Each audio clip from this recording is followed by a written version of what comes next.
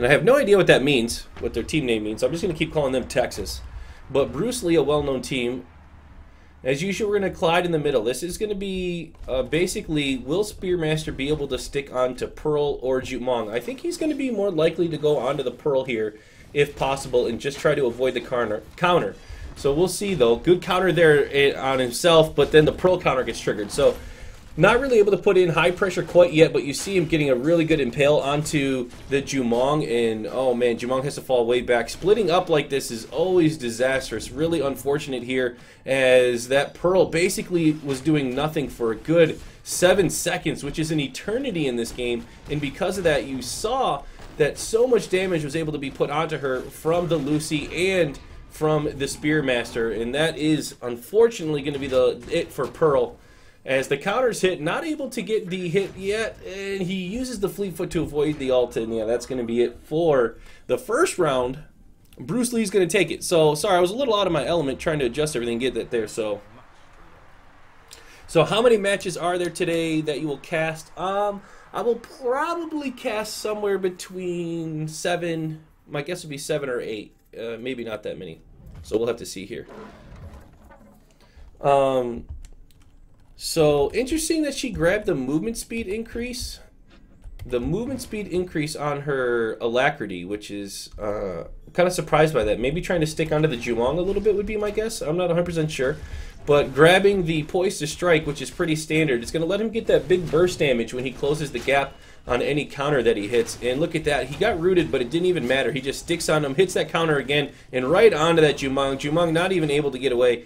Right now, I mean, that is just, it's too much. You can't hit all the counters. Great cancel cast, actually, really quick. That was really sick. Cancel cast her fear to hold on to her fear, so that way she's able to follow him up. That's really wonderful. But yeah, you can't hit the counters right now against Shifu, especially if you don't have your escapes up. He didn't have his double space. Like, maybe if you have your double space away as Jumong, you'd be able to get away there. But maybe not. You see, they're scoring in the low 100s. And Condemned scoring 475. He's got 400 damage, basically himself.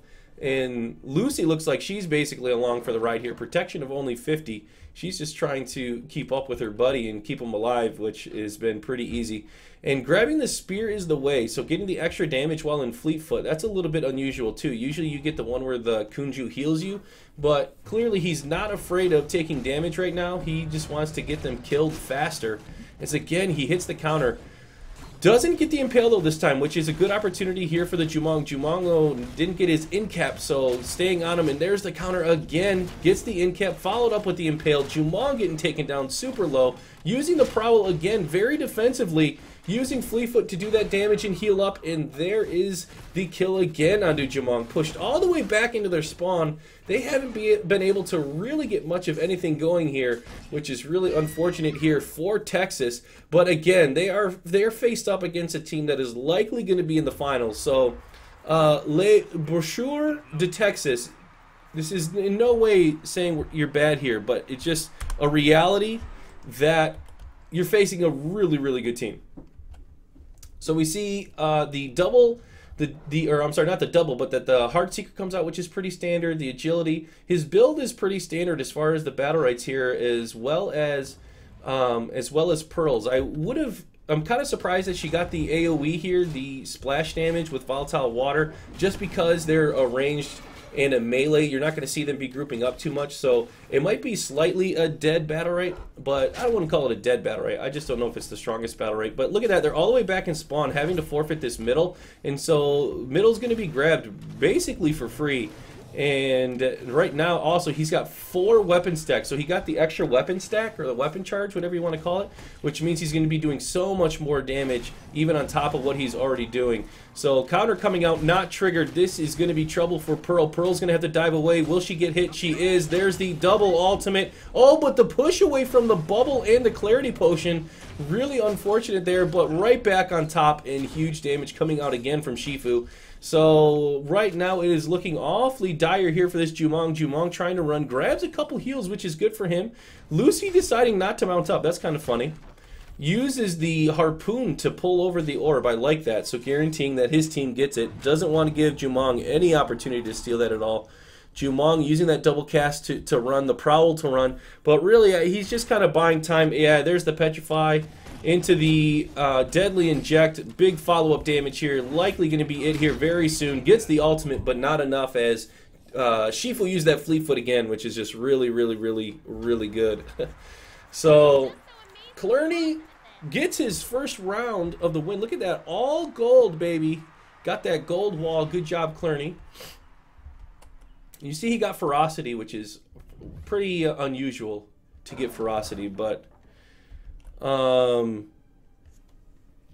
so Clerney ends up getting the Sticky Goo, which I'm a little surprised, and Spear Dance getting the movement speed. So again, not worried about taking too much damage. He's just worried about dealing damage. So I think Clerney going a little more aggressive than he usually would. I'm sorry, not Clerney. Condemned playing Shifu.